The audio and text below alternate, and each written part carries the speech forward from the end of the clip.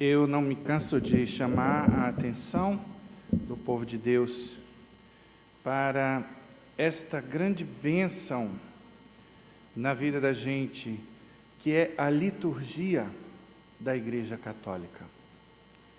Vamos pensar nos grandes acontecimentos da vida de nosso Senhor. Então, a partir da história sagrada, o povo de Deus esperava o Messias. Deus já vinha se revelando, mandando os seus profetas, e falava daquele que seria o Salvador do mundo, que libertaria o homem do pecado e da morte. Então vem Jesus e se encarna. Esse é o Natal. Depois, nós temos Jesus que ensina, que prega a todo o povo de Deus. Esse é o tempo comum. E aí nós vemos Jesus 40 dias no deserto, em jejum e oração. Esse é o tempo da Quaresma. E depois disso, nós temos toda a paixão, morte de Jesus, com a sua ressurreição ao terceiro dia. Esse é o tempo da Páscoa. E aí Jesus fica entre nós um tempo, e depois ascende ao céu, cerimônia da ascensão. Envia o Espírito Santo, Pentecostes. Então, na Igreja Católica, nós vivemos de perto os principais eventos da vida do Senhor. Nós revivemos tudo aquilo. Nós estamos andando juntinho com Jesus, através dessa pedagogia da Igreja. Ela tem toda uma psicologia para nos aproximar de Deus, para nos sensibilizar. E assim nasce o ano litúrgico, que é um ano diferente do ano civil, porque esse ano litúrgico é em função da vida de nosso Senhor. E o ano litúrgico começa agora. Nós saímos do último evento, que foi a solenidade de Cristo Rei, onde Ele é coroado pela humanidade, por todos nós, por tudo aquilo que fez e faz por nós, como nosso Rei. E aí agora começamos tudo de novo. Isso é lindo, isso é maravilhoso. O Papa Bento XVI foi um grande defensor do respeito à liturgia na Igreja. E aí, hoje eu quero apresentar alguns pontos da importância de defendermos essa bandeira. Por quê? Porque, em primeiro lugar, através desses pontos que eu vou colocar aqui, você vai entender melhor,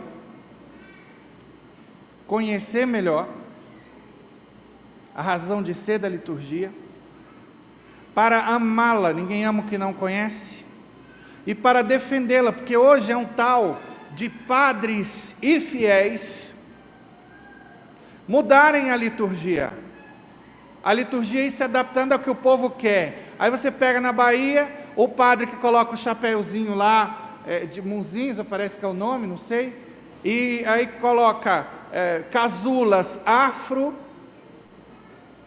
Veja, a liturgia não é feita para agradar a afrodescendentes, nem a brancos, nem a índios. A liturgia é feita para todos. Então nós não temos que sair adaptando a liturgia em função do espírito de cada povo. O povo aqui gosta de atabaque, de música, então bora lá fazer a entrada da Bíblia toda dançada, e entra a pessoa se requebrando, quebrando completamente o espírito sagrado que deve haver numa missa. E por quê? Porque o foco não está em Deus. Não somos nós, homens e mulheres, preocupados em oferecer a Deus o culto que lhe é agradável. Quem leu o Velho Testamento sabe como Deus era exigente com relação ao seu templo. Ele dizia tudo o que ele queria e como queria. Absolutamente tudo, os detalhes do templo, as vestes sacerdotais, como tinha que ser o sacrifício. E o homem antigo fazia as coisas de acordo com as prescrições de Deus. Mas aí, na modernidade, aconteceu o que? A virada. Somos nós que temos que ser agradados. E esse vento entrou solapando a igreja, sobretudo a partir do protestantismo. E aí, padres e fiéis ficam cegos e se esquecem que o centro do nosso culto tem que ser Deus e não nós. Nós, colocando o acento em Deus e o centro em Deus, seremos os principais beneficiados. Simples assim. Então, primeiro ponto, a liturgia é considerada o ponto alto da vida da igreja e a fonte de onde emana toda a sua força.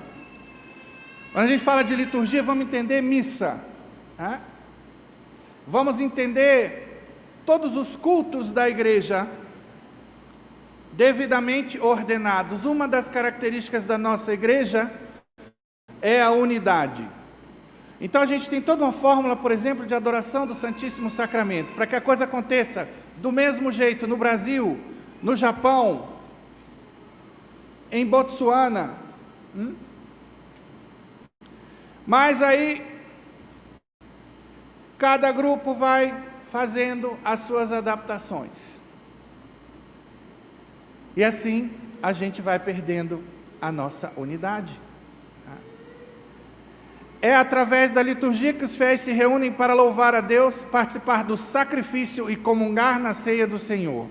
Segundo ponto, a aproximação de Deus. A liturgia leva os cristãos a uma maior proximidade com Deus, a partir de sua pedagogia, pois nós católicos, através do ano litúrgico, como disse, vivemos de perto cada grande acontecimento da vida do Senhor. Ela é rica em símbolos que se referem à realidade de Jesus Cristo e do reino de Deus, promovendo a verdadeira relação de amor com Deus. Por exemplo, a coroa do advento, eu já vou falar dela. O presépio que está ali, já vou falar dele. Comunhão e unidade, terceiro ponto. A liturgia é uma ação comunitária, onde o povo de Deus, o corpo de Cristo, se reúne para celebrar. Não é uma ação de indivíduos ou grupos isolados, mas de toda a comunidade reunida em Cristo. Quarto ponto, formação espiritual. Através da liturgia, os fiéis são formados espiritualmente. Ela inclui a leitura da Bíblia, a homilia, a comunhão e outros ritos que ajudam os fiéis a compreender e viver a sua fé de maneira mais profunda e autêntica. Quinto e último ponto, santificação e glorificação. A liturgia tem duas dimensões principais. A glorificação de Deus, também em primeiro lugar, e, como consequência, a santificação do homem. Enquanto glorificamos a Deus, somos santificados, o que nos leva a uma vida nova em Cristo. Então, o que eu vou falar aqui hoje, o que eu estou falando aqui hoje, vai lhe ajudar a viver o advento, e não somente assisti-lo. Comecemos por explicar a coroa do advento. Porque se a gente não sabe o fundamento, a gente vai suspirar, vai achar bonito, que bonito. Uma guirlanda com as velhinhas coloridas. Olha que bonitinho o boizinho ali, né? Ninguém nem sabe o significado de cada coisa. Então, para que a gente possa, inclusive, meditar, refletir. Eu me lembro, uma vez, eu com a tia minha, em visita a uma igreja. De repente ela parou diante de uma imagem e ela ficou ali um bom tempo, empacada. E eu vi que estava rolando um clima ali, entre ela e aquela imagem. E ela falou assim: nossa, essa imagem você já reparou? Aí eu falei: o que a senhora reparou? Esse menino, a expressão dele, olhando para Jesus, era uma via sacra. Eu estou no lugar desse menino agora. Esse olhar mexeu muito comigo. Então vejam, que cada detalhe existe por um motivo. E Deus vai se valer de todos esses elementos para tocar o seu coração, para lhe motivar, para falar com cada um de nós. Nós somos os grandes beneficiários de tudo isso. Mais uma vez, a igreja é especialista em Deus e em nós, homens. E o seu objetivo é o religare, daí o nome religião. Religare é a palavra latina que está na raiz do termo religião. Então, a coroa do advento é composta de 4 velas, depois quem quiser pode se aproximar, presas a ramos verdes formando um círculo. O círculo não tem começo nem fim porque é símbolo da eternidade de Deus e do reinado eterno do Cristo. E a cada domingo nós acendemos uma vela. As 4 velas do advento simbolizam as grandes etapas da salvação em Cristo. Então hoje, que é o primeiro domingo, nós acendemos a vela roxa, poderia ser vermelha também, em algumas igrejas vão ver a vermelha, que simboliza o perdão a Adão. Essa é a cor da penitência. Nós estamos num período de penitência e por isso nós padres usamos o roxo. Cristo desceu à mansão dos mortos para dar-lhes o perdão. No segundo domingo nós vamos acender esta vela, a vela de cor verde, que é a cor da esperança. Acesa junto com a primeira representa a fé dos patriarcas. Quem foram eles? Abraão, Isaque, Jacó, que creram na promessa da terra prometida, a Canaã dos hebreus. Dali nasceria o Salvador, a luz do mundo, que é Jesus. E a terceira vela cor-de-rosa, acesa com as 2 primeiras, simbolizava a alegria do rei Davi, que dançou na presença de Deus. O rei que simboliza o Messias porque reuniu sob seu reinado todas as tribos de Israel, assim como Cristo reunirá em si todos os filhos de Deus. Então nós fazemos uma pausa nesse tom mais sombrio de uma humanidade que ainda não tem o Verbo encarnado consigo, e aí já nos alegramos antecipadamente por essa certeza do Cristo que vem. 4ª e última vela, branca, simboliza os profetas que anunciaram um reino de paz e de justiça que o Messias traria. E aí depois nós temos o costume de montar presépios. Agradeçamos a nossa pastoral da liturgia, que todos os anos se empenha muito em montar o presépio.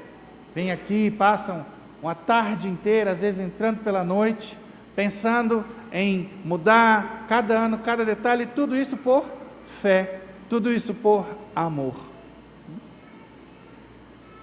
E aí venha você também engordar a nossa pastoral da liturgia. Mas engordar não é trazer bolo para eles, não. Pode até trazer. É sobretudo participando com a gente dessa linda pastoral. Então a palavra presépio faz referência ao local onde o gado é colocado ao ser recolhido, mas também é usado para referir-se ao nascimento de Jesus, principalmente no tempo do Natal. É um conjunto de peças usadas no Natal para referenciar o momento do nascimento de Jesus. É para reproduzir como foi esse momento e, sobretudo, chamar a atenção das crianças. O conjunto é formado pelo menino Jesus na manjedoura ao centro, além de alguns personagens bíblicos presentes nesse momento cristão tão importante. Segundo algumas fontes históricas, o primeiro presépio foi montado no ano de 1223, no Natal, sabem por quem? Ninguém menos que São Francisco de Assis, com autorização do Papa. Feito em argila na floresta de Greccio, na Itália, a ideia era montar para explicar especialmente às crianças, de forma simples, o que era, qual o significado do nascimento de Jesus Cristo. A representação, que usou um boi e um jumento vivos, repercutiu em toda a Itália, o que fez com que a tradição começasse a surgir. A partir do século XVIII, essa tradição tomou conta da Europa e de outras regiões do mundo, e então as famílias passaram a ter presépios dentro de casa. E aí, caríssimos pais, hoje em dia, na sociedade do corre-corre, quantas famílias já não preparam espiritualmente o Natal? Simplesmente compra lá qualquer árvore, enche de bolas e coloca lá um pisca-pisca. E isso daí é o Natal da família? Do católico não é. Pode ter a árvore, é bonita, as bolas, o que quiser, né? Mas vamos espiritualizar o nosso Natal.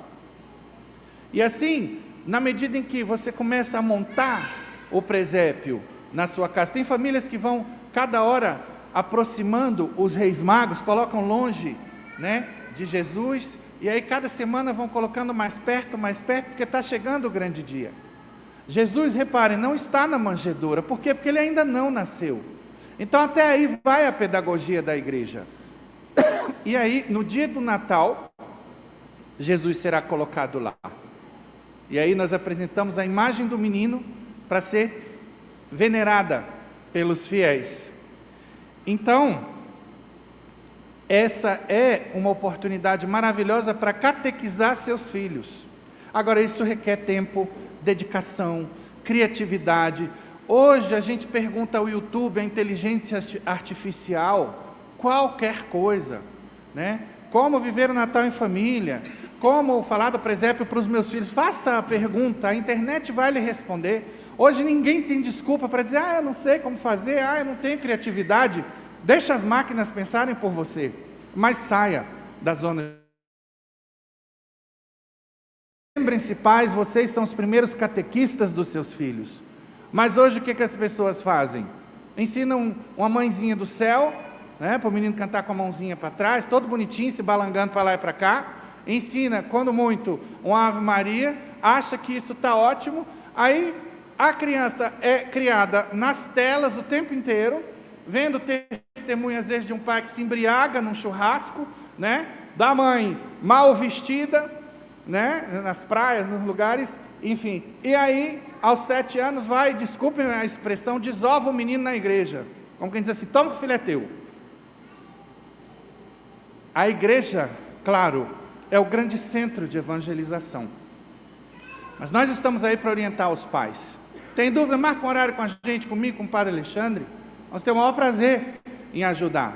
Hoje você chega na livraria, tem tantos materiais para evangelizar as crianças. Ontem mesmo eu estava vendo a coisa mais bonitinha, um livrinho, contando a história de Jonas. A história de Jonas contada, sei lá, em 8 páginas. Agora é um livro todo de plástico, que o pai pode colocar na banheira, na hora do banho do menino. Eu descobri que tem uma coleção para a hora do banho do menino.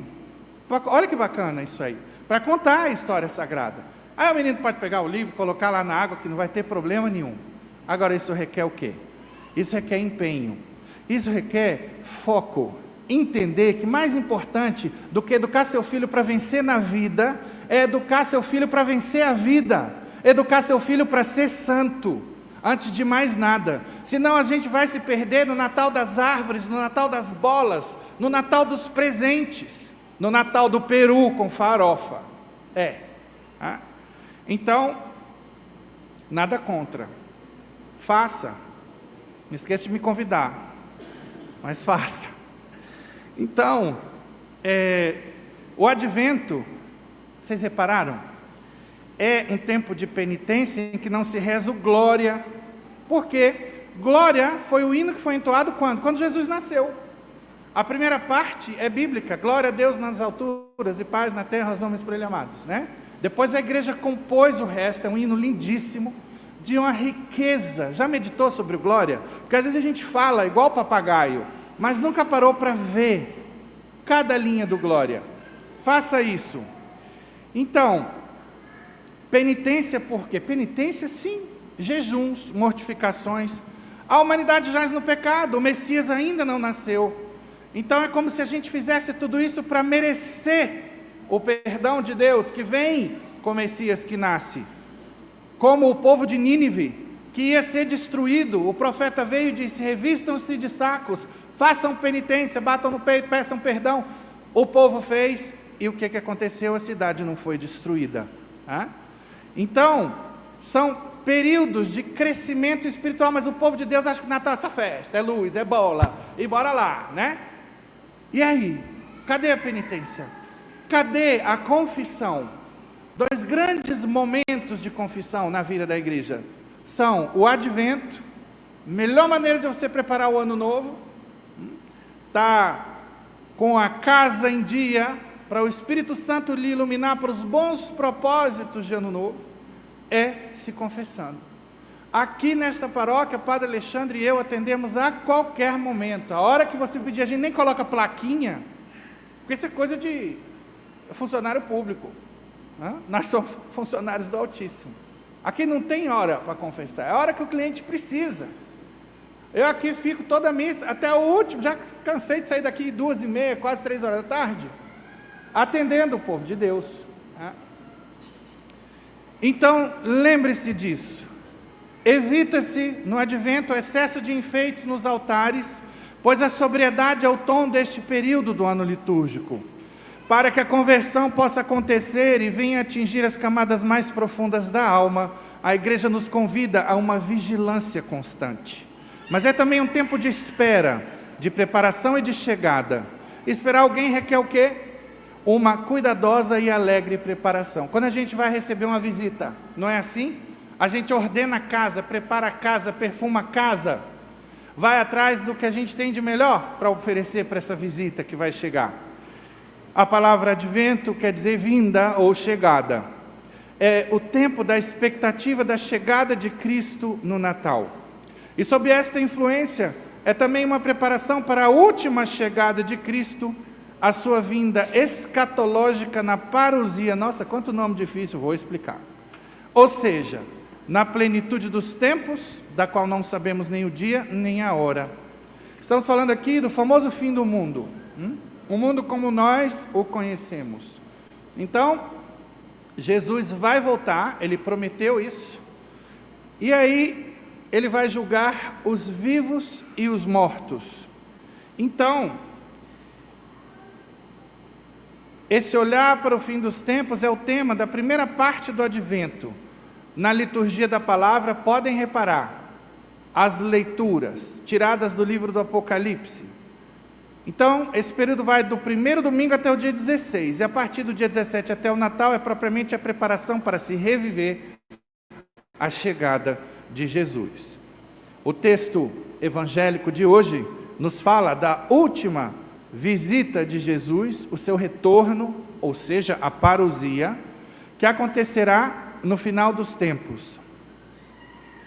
Na Igreja Católica, a parousia se refere a essa segunda vinda de Jesus. Este evento é aguardado com grande esperança e é visto como a culminação da história da redenção. Aqui estão alguns pontos principais sobre o que chamamos de parousia. Primeiro, segunda vinda de Cristo. Parousia é isso. Jesus volta em glória para julgar os vivos e os mortos. É um evento escatológico, ou seja, relacionado ao fim dos tempos. Então, o que vai acontecer? Muita gente não sabe. Vamos lá, quando a gente morre, nós já nos julgamos, por assim dizer, porque existe uma lei que está promulgada, está lá na palavra. E aí, simplesmente vai ser tirado o nosso saldo. O que eu vivi e o que eu não vivi dessa lei. O saldo sendo positivo, eu vou para o purgatório. Se eu tiver ainda o que purificar na minha alma, os chamados pecados leves, ninguém entra no céu com a menor mancha de pecado, está escrito na Sagrada Escritura. Ou então vou direto para o céu. Ou, se o saldo é negativo, desço para o sexto dos infernos. Quem frequenta a paróquia sabe que o quinto dos infernos já está lotado e foi inaugurado o sexto dos infernos.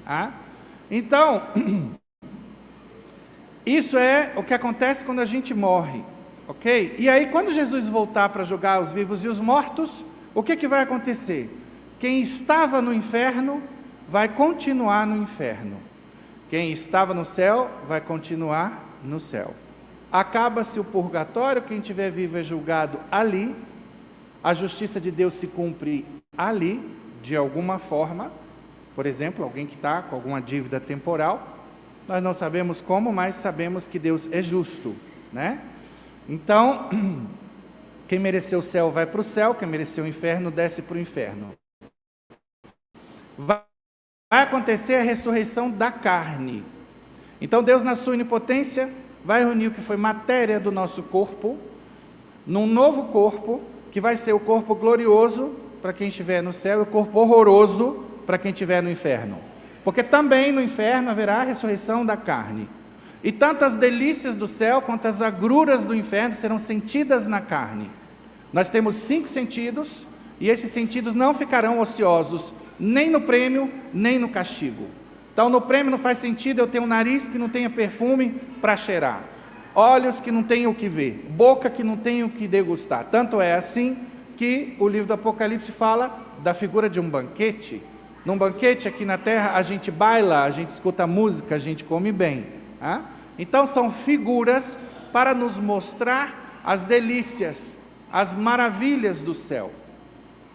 E por isso, vocês que estão aqui hoje pelo luto, saibam que não devemos temer a morte de maneira nenhuma. E por quê?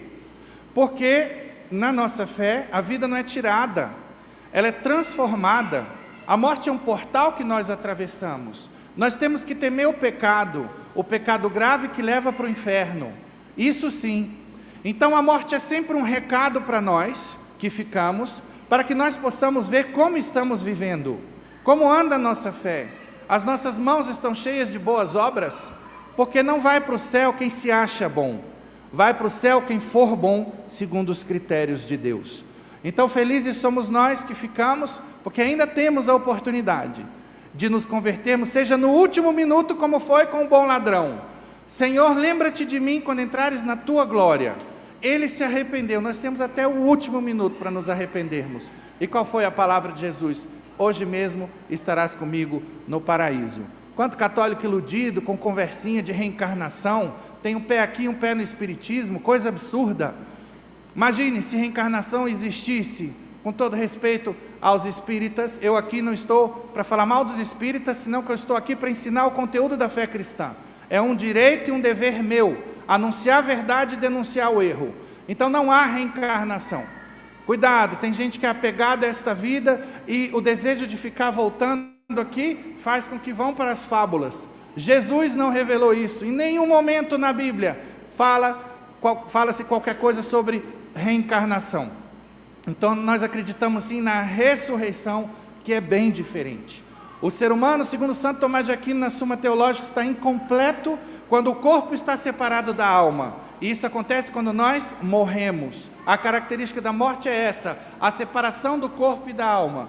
Portanto, para que o ser humano esteja completo, precisa haver esse novo encontro, por assim dizer, do corpo com a alma, que é o que vai acontecer onde? Na parousia.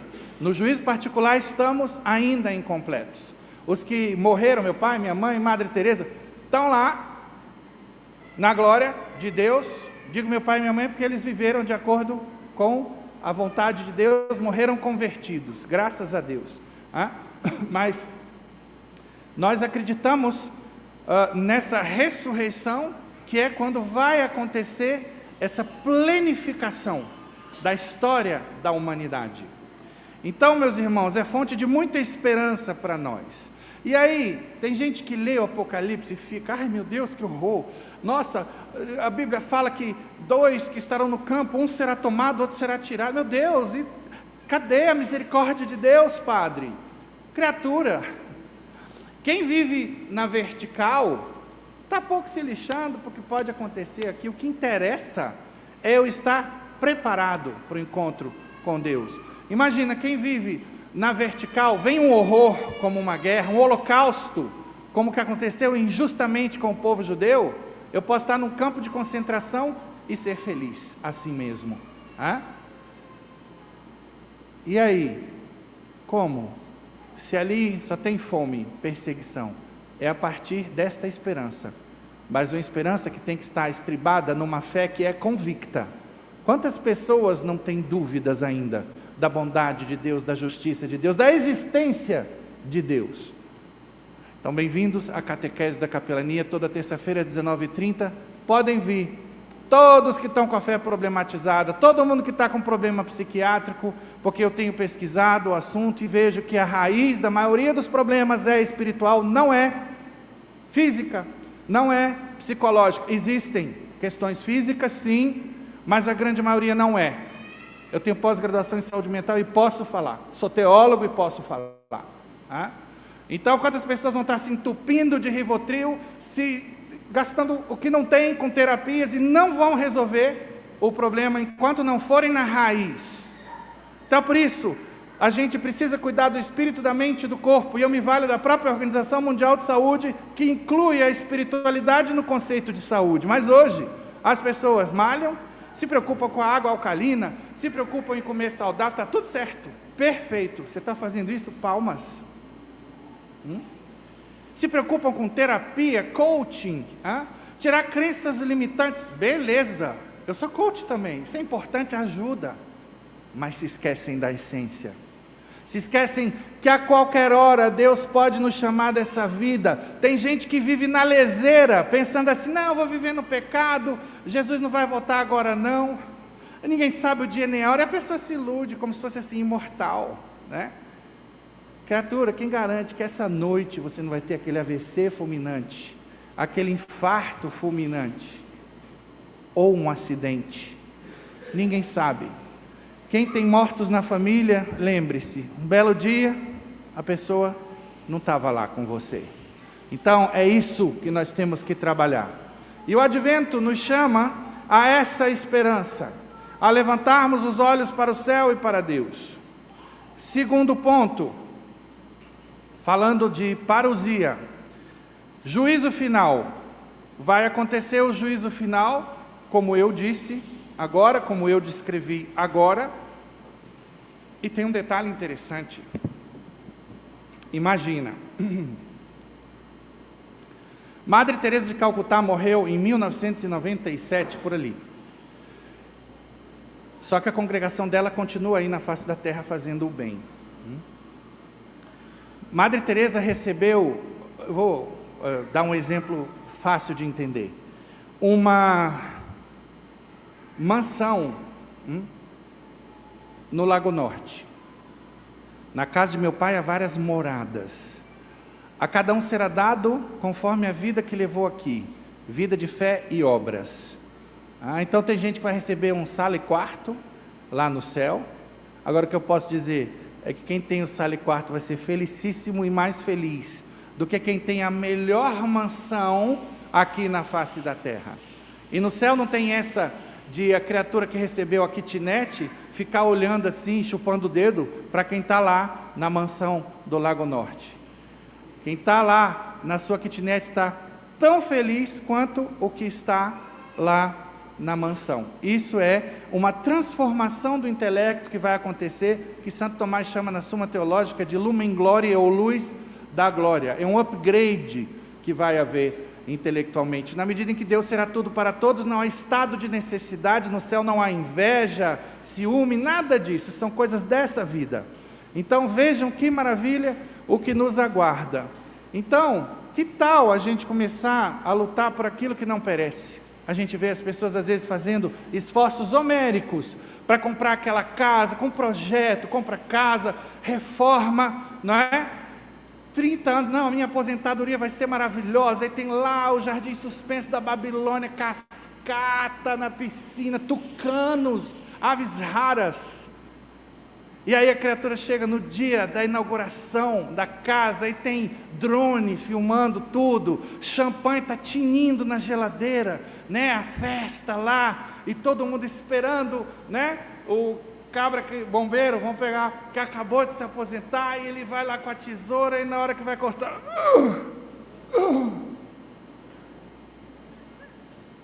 e aí? Vamos trabalhar pela casa que não perece? Faz toda a diferença. Então, meus irmãos, terceiro ponto, esperança cristã. A parousia é uma fonte de esperança para os cristãos, pois representa o que? A vitória final do amor e da justiça de Deus sobre o pecado e a injustiça. Satanás vai ficar trancafiado no inferno, acaba tudo que nos incomoda aqui, né? A gente vê estupros, a gente vê crime contra crianças, tanta coisa horrorosa, e tudo isso vai ter a sua paga, e tudo isso vai desaparecer. Então, assim nós temos uma motivação poderosa para a nossa vida, para a nossa caminhada, e a parousia nos incentiva a perseverar na fé e na prática do bem. Quarto ponto, presença de Cristo. Embora a parousia se refira à segunda vinda de Cristo, a igreja também ensina que Cristo está presente de maneira real e sacramental. Onde? Aqui, no tabernáculo, na Eucaristia. Cada celebração eucarística é uma antecipação da parousia, onde os fiéis experimentam a presença viva de Jesus. Então, esse Cristo não nos abandonou. Ele está conosco até a segunda vinda, que vai ser real no seu corpo glorioso. Não vai ser essa presença sacramental, que é real também, embora escondida sob as espécies do sacramento. Não sabemos o dia nem a hora e por isso devemos estar vigilantes. E aqui eu quero chamar a atenção de vocês, povo de Deus, para algo que o Evangelho toca no dia de hoje, que é o quê? Duas coisas que são ruídos enormes em nossa vigília. Os principais fatores que nos afastam, desviam de Deus. Vamos lá, pega aí, versículo 34, pega aí, desse Evangelho de São Lucas, o que que diz?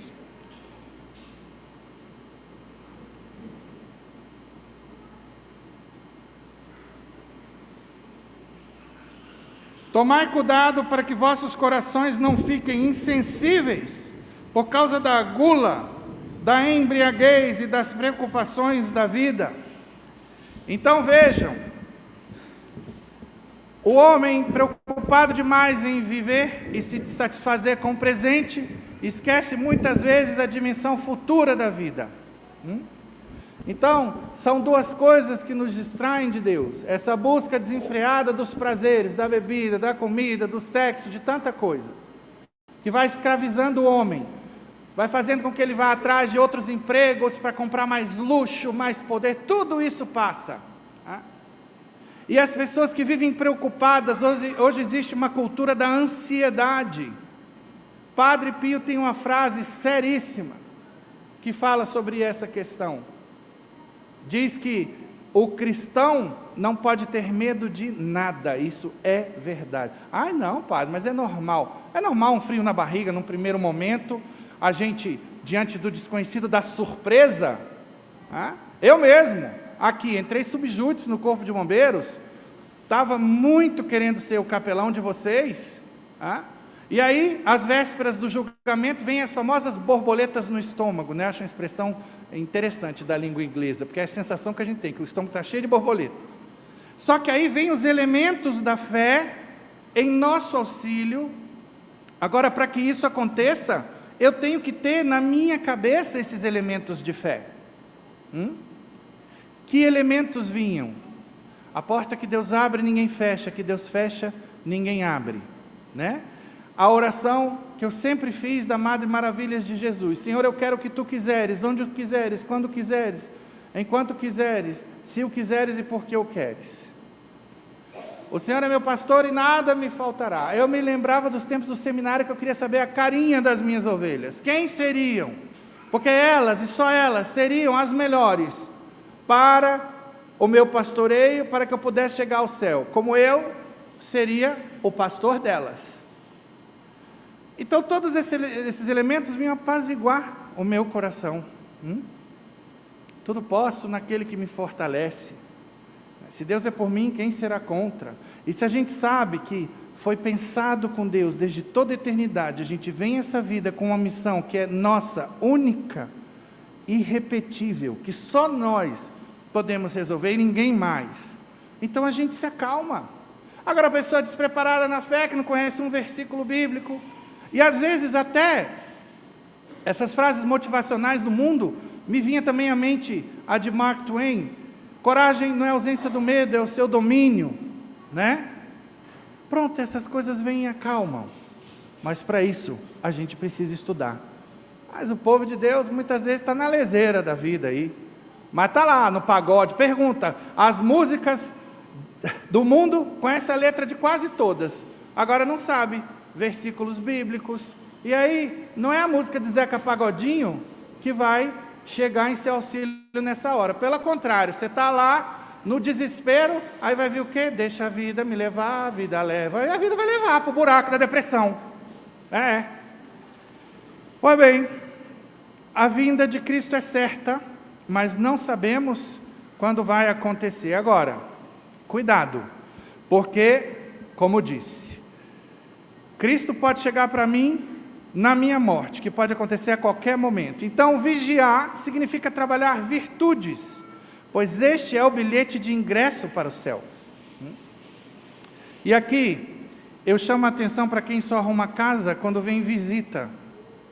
Não. Mantenha a casa sempre arrumada. Santa Teresa d'Ávila já ensinava: cuida da ordem, a ordem cuidará de ti. Que belo exemplo, pai e mãe, você dá para os seus filhos, mantendo a casa arrumada. Ou, com que moral, se a casa é bagunçada, você vai exigir que seu filho, por exemplo, faça a cama, arrume os brinquedos depois de brincar? Então, o que a gente mais escuta quando vai visitar a casa de alguém é ou não é ou não é? Olhando ali para a Câmara da Verdade: padre, não repare a bagunça. Uma outra vez, tudo bem, paciência, semana muito mais corrida do que a outra, mas permanentemente não. Como você vai falar de ordem para o seu filho, se você não cuida da ordem? E que tal preparar a sua casa, ordenar a sua casa, especialmente essa aqui, para o Cristo que vai chegar? Então, para irmos finalizando, como preparar bem o Natal? O que impede a acolhida do Senhor?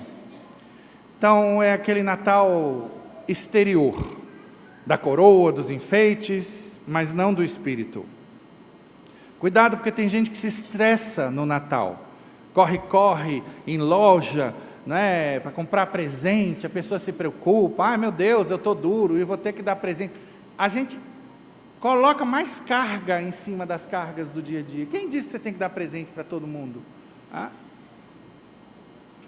Então, cuidado com isso. As tradições existem em função de um bem maior que é espiritual. E como você vai preparar o Natal deste ano? Apenas programando as festas, presentes, enfeites, músicas? Ou um Natal espiritual, que inclui o quê? Vamos lá, novena, debaixo do bloco, para quem mora em edifícios. Convidar o porteiro com a família dele para a sua ceia de Natal, que tal? Veja quem está de folga e fala: oi fulano, vamos passar o Natal lá em casa? E você pode até deixar, porque eles não são miseráveis, né? Você quer trazer uma farofa, alguma coisa? Pega uma coisa mais simples, mas dê o banquete. Veja Jesus por trás desse porteiro, por trás desse servente da limpeza. E que tal ir a uma instituição, fazer o Natal dos velhinhos, pegar o pessoal da rua, quem mora no lago aí que tem grana, né? Ou nas quadras 700 por ali. Então, mas eu não conheço ninguém da rua.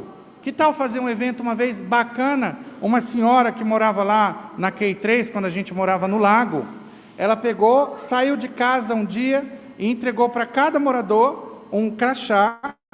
Aí ela pegava o nome de cada um, botava o nome, dia tal, na casa tal, vai ter uma reunião de todo o pessoal da rua para se conhecer. Quem puder vai. Ela não ficou fazendo enquete, perguntando, porque senão a gente se enrola. Marcou um dia e naquele dia estava todo mundo que podia lá e foi maravilhoso. E assim podem se começar tantas ações no sentido do bem. Eu sempre falo nas homilias de batismo para os pais, não só ensinar os conteúdos de fé, mas também ensinar as crianças a serem caridosas. Chegar na época do Natal, abrir o armário e falar: filho, lembra aquele menininho pedindo comida ali na estrutural? A gente deu o dinheiro para resolver essa questão da comida, mas eles precisam de roupas também. E Deus conta conosco que temos mais para dividir com eles. Então eu queria que você pegasse aqui umas roupinhas e olha, eu digo sempre, tirem as melhores roupas do armário antes desse momento, porque criança é generosa, senão você vai sair no prejuízo. Eles vão lá na melhor roupa, e aí deixa a criança pegar, vai com ela lá no orfanato, fala: aquele ali é o Pedrinho, aquela ali é a Maria, vai lá, dá um abracinho, um beijinho e fala: olha o que Jesus mandou para você. Essas experiências vividas até os 7 anos de idade são extremamente marcantes e moldam o caráter. E as nossas crianças precisam desses exemplos. E a confissão? E o perdão? O melhor presente que você pode dar para Jesus, né, para os que falam que o Natal é o aniversário de Jesus, então é o perdão, é a confissão, a limpeza da alma. O ano novo se aproxima e que tal começar os bons propósitos já a partir dessa preparação. Porque quantas pessoas vivem obcecadas pelo trabalho, e aí acabam se esquecendo de Deus, da família, dos amigos e da própria saúde. Quando você for fazer seus propósitos de ano novo, pense nisso. Como é que foi o seu relacionamento com Deus esse ano? O relacionamento com os familiares, com os amigos, como é que está a sua saúde? E por último, e não menos importante, o foco nos pobres. São 4 presenças de Jesus na vida da igreja. A presença no sacerdote, foi mal mostrada, mas é. Nós somos continuadores da obra do Senhor. Então a presença no sacerdote, a presença na Eucaristia, a presença na oração, quando 2 ou mais estiverem reunidos em meu nome, aí também eu estarei, e a presença no pobre. A gente tem que parar de enxergar o pobre como aquela criatura chata, como aquele que vai encher a cara de cachaça, como aquele que vem me perturbar na hora que eu estou lá na cafeteria. Sempre vem um, vendendo pano de prato, e a gente se sente incomodado. Tem gente que não olha nem nos olhos, pelo amor de Deus, e a criatura está lá, no domingo, piedosíssima, transcendendo a matéria, reza, revirando os olhos, já faz um biquinho, e trata o pobre desse jeito. Não, a gente tem que enxergar Jesus neles. Então, o que vamos fazer? Eu uma vez tive uma oportunidade de fazer um Natal diferente. Tinha um senhor que a gente ajudava aqui, e aí eu resolvi convidá-lo para ir a um restaurante comigo. Vocês não têm ideia de quantas bocas se torceram para mim, porque eu entrei com ele, do jeito que ele estava. Eu não estava fedendo, mas também não estava bem vestido, dava para ver que era um mendigo de rua. E aí entrei com ele, aí o pessoal olhou assim, já ia barrar, falei, não, está comigo, está tudo certo, ele é meu convidado. Aí sentamos, conversamos. Quero dizer uma coisa para vocês. Uma vez eu estava aconselhando uma moça, que estava com uma questão sentimental, estava sofrendo muito, e chorando de soluçar. E de repente, passa um mendigo, todo maltrapilho, comendo metade de um sanduíche, que alguém deu metade do sanduíche para ele. Aí pediu assim, padre, será que o senhor pode pagar uma Coca-Cola para mim? Eu falei, claro, meu filho. Aí eu virei para ela e falei, olha aí, você tem algum problema? O que você está passando se compara com isso que esse rapaz está passando? Ela quase que engoliu as lágrimas. Aí falou, eu sou feliz e não estou sabendo. Louvado seja nosso Senhor Jesus Cristo.